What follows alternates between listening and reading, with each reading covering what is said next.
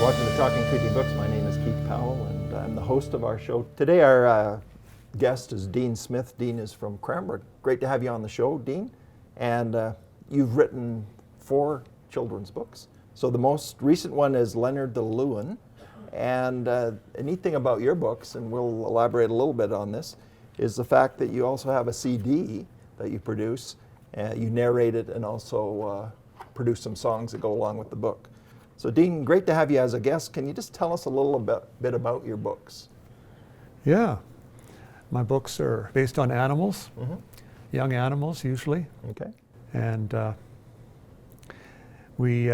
take the reader through a day in the life of a young beaver or a young bear, that kind of thing.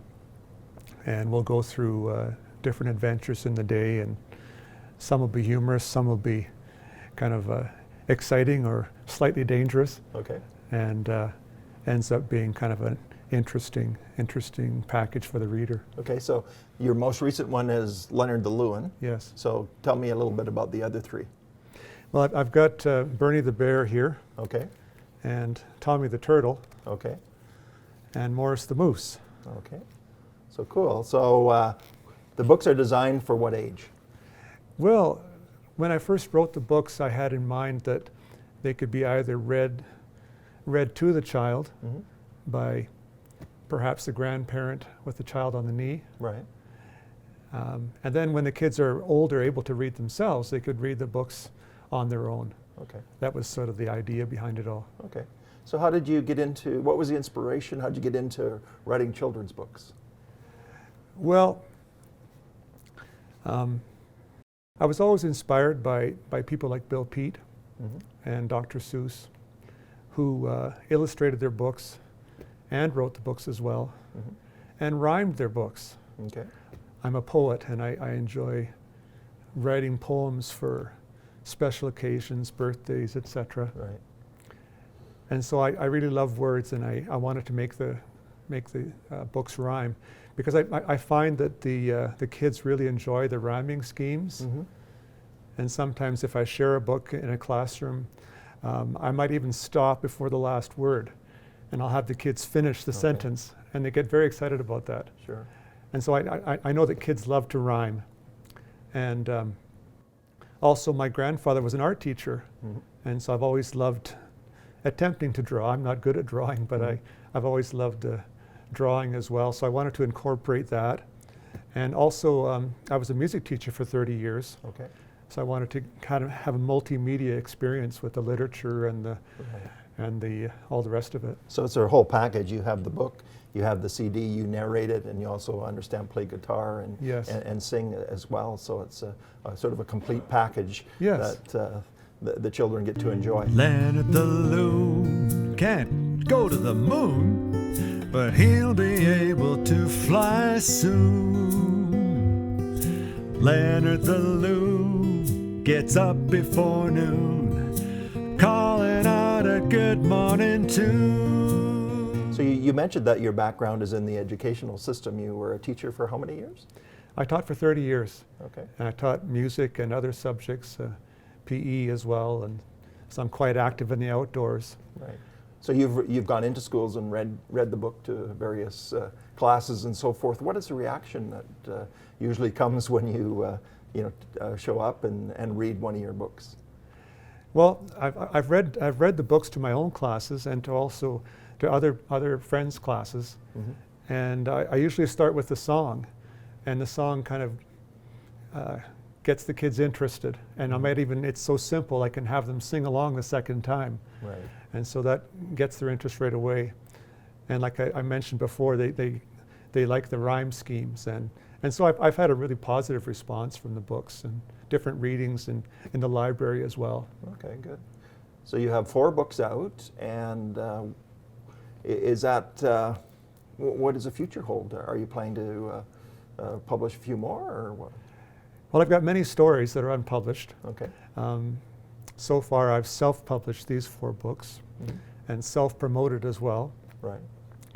And I've got other stories already written, other animals like Shirley the squirrel or Beverly the beaver or Elmer the elk. Okay. Characters like that and I've hoping to continue and publish some more books. Sure. So your books have a moral or a sort of a story that that young readers can relate to. Can you just talk a little bit about that aspect of the books? Well, first of all, obviously I'm trying to promote children's reading because there's so many benefits from that. The most obvious benefit is the family bonding if they're reading the book together. Kind of a relaxing, positive family experience.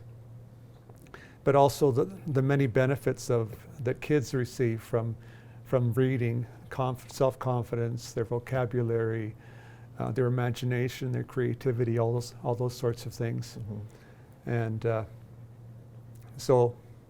but also I'm trying to promote the idea of just learning more about the outdoors and animals.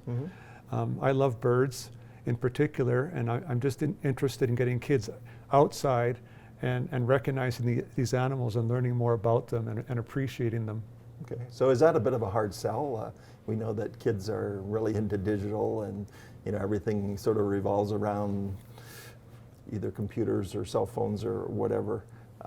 Do you find that there's a good reaction when you actually talk about the printed word and the story and the songs and that kind of thing?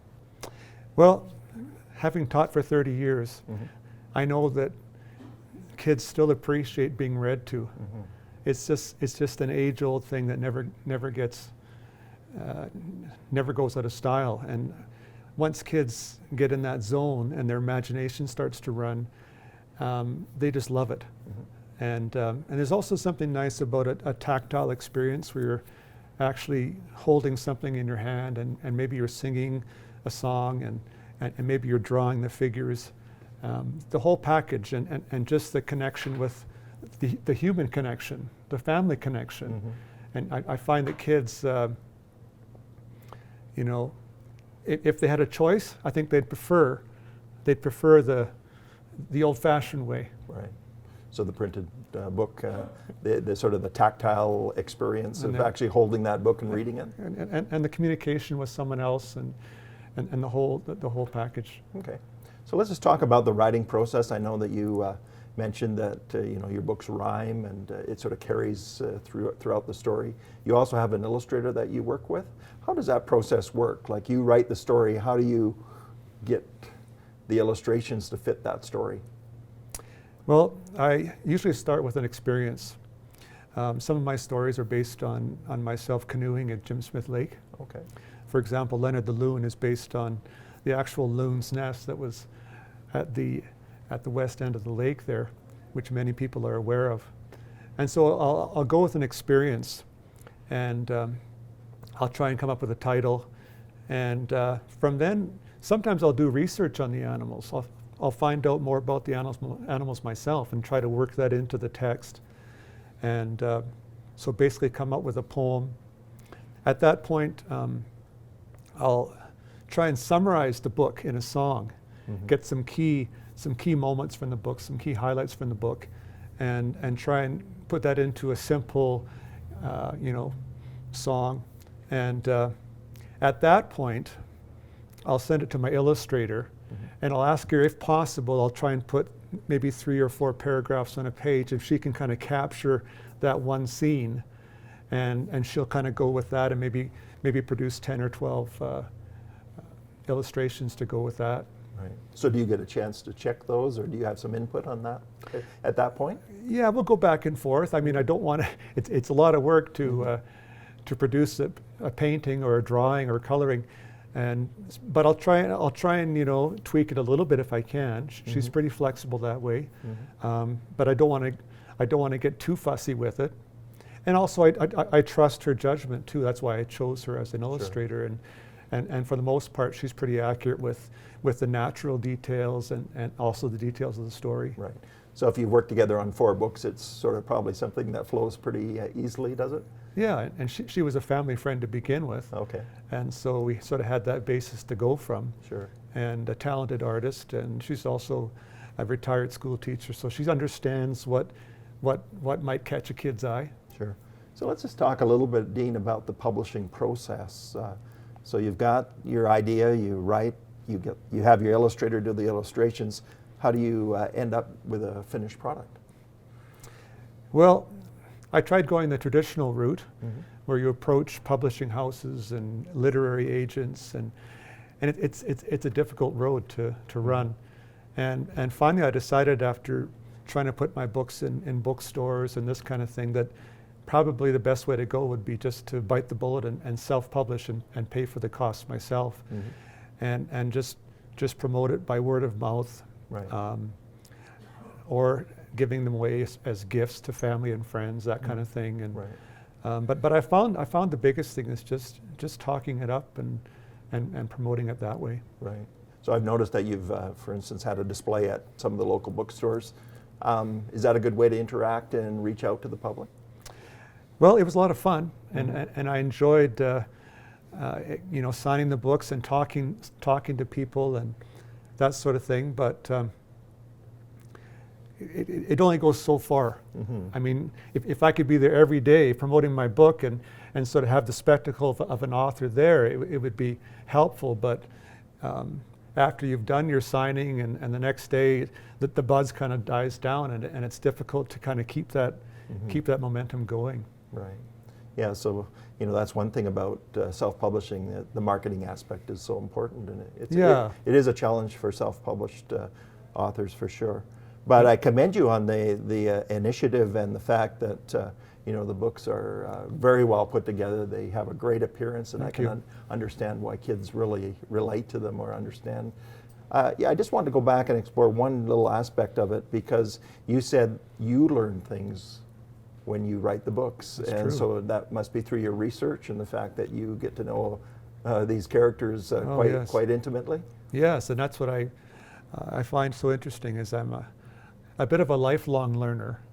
And like I say, I'm interested in words, and I do crossword puzzles, and I'm playing music and trying to learn new songs, and so it was kind of a natural fit to just take an animal like an otter and find out some more interesting facts about them, and how can I work that into a poem, and how can I make that interesting? How can I work that into a funny story, or maybe it gets into a scrape here or there, but at the same time you're entertaining the kids, but you're also teaching them something about animals, and maybe getting them interested in getting out and actually seeing a loon or seeing a moose. Right.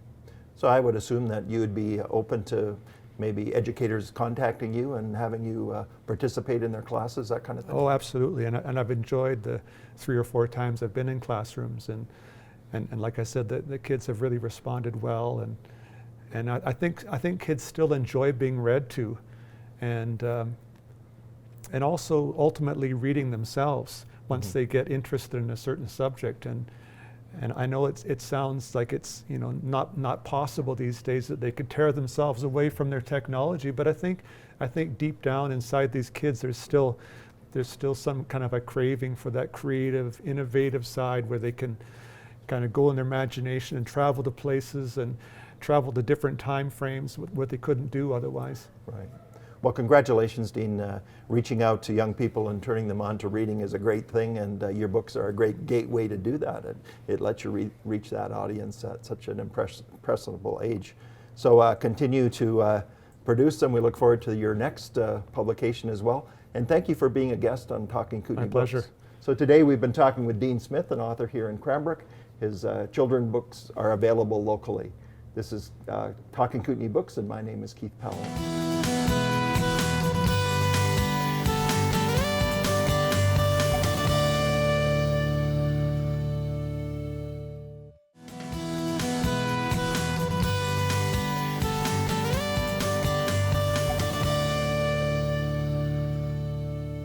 Welcome to Talking Kootenay Books. My name is Keith Powell. I'm your host.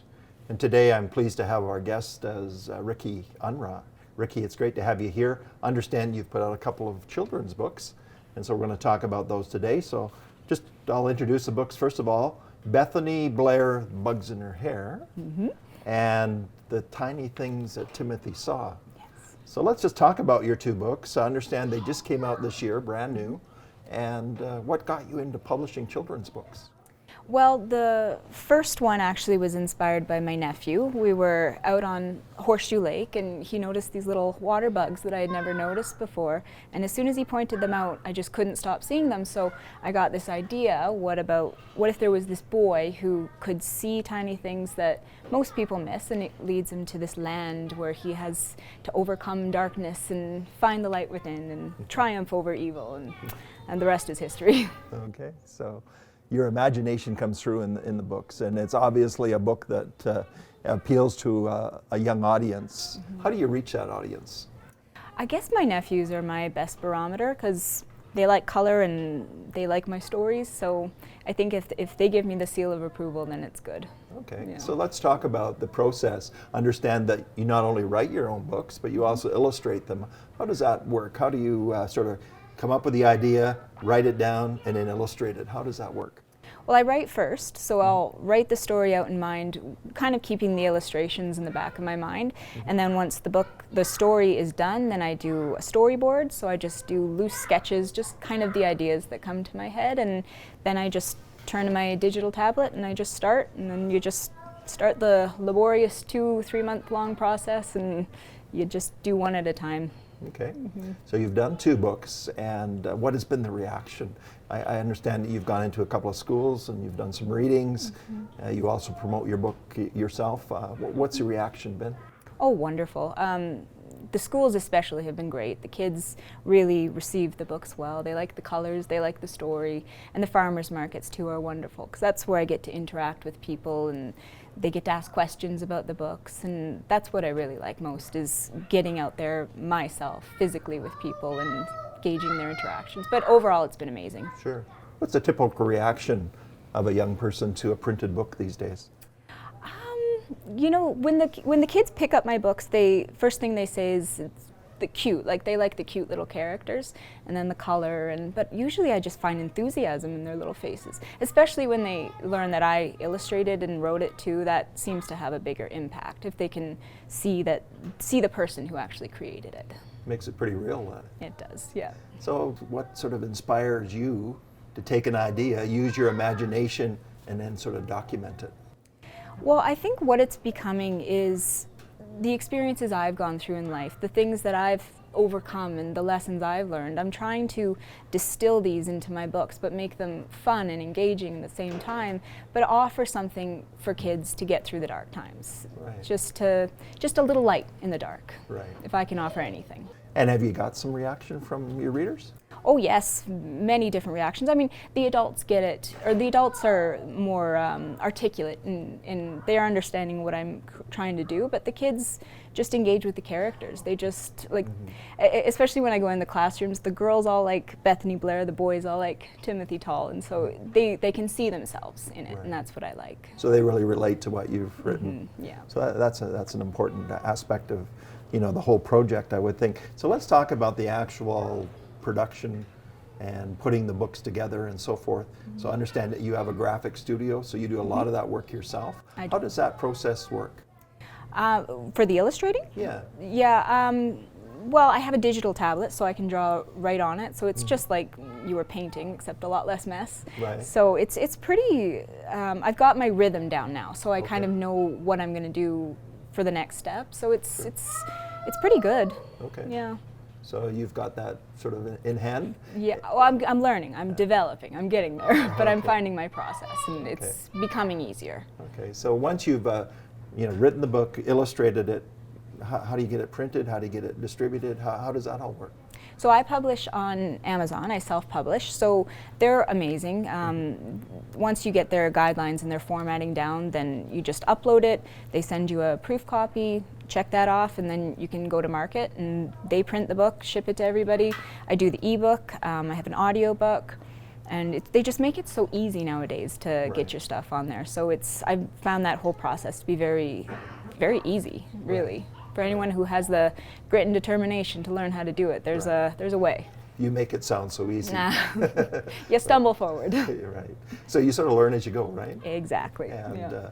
so what's your vision in the future? What have you got in mind? I just want to keep making these books. I have ideas galore, so I don't see myself slowing down anytime soon. I'm hoping for 2 to 3 books a year. That's my target. Oh wow, that's pretty ambitious. Yeah, well, I got ideas. So you must have lots of ideas. Sure do. Very active imagination for sure. Let's talk about distribution of the book. So I think I initially met you at a farmer's market. What is that interaction like when you go to a farmer's market and you're actually talking to potential young readers or parents, that kind of thing? Oh, it's been wonderful. What I've especially loved the most is the young artists when they come up to me and they want to know how I did it, and I give them the advice that I've collected thus far, and I just encourage them to go forward. And you just see this light in their eyes, like, oh, I could do this. If I see a local person doing this, maybe I can do this. Maybe this could be a viable career for me. So that's the best part, is the inspiring the next batch of writers and illustrators. So I've had an opportunity to interview a number of children's authors over the last little bit, and I've asked them all the same question, and I'm going to ask you that too. Why do you think it's so important to turn kids on to reading, get them involved in books, and get them to appreciate the printed word? I just think it's a window into another perspective. It teaches you empathy. All these different kinds of books that have that moral in them show you a different way to interact with life, to see the way other people handle situations. And I think it provides you with more tools in your toolbox when you're encountering situations that are difficult and maybe not something you've come across before. But if you've read it in a book, and you might have at least a loose map to move forward. So they just offer you another world. Sure.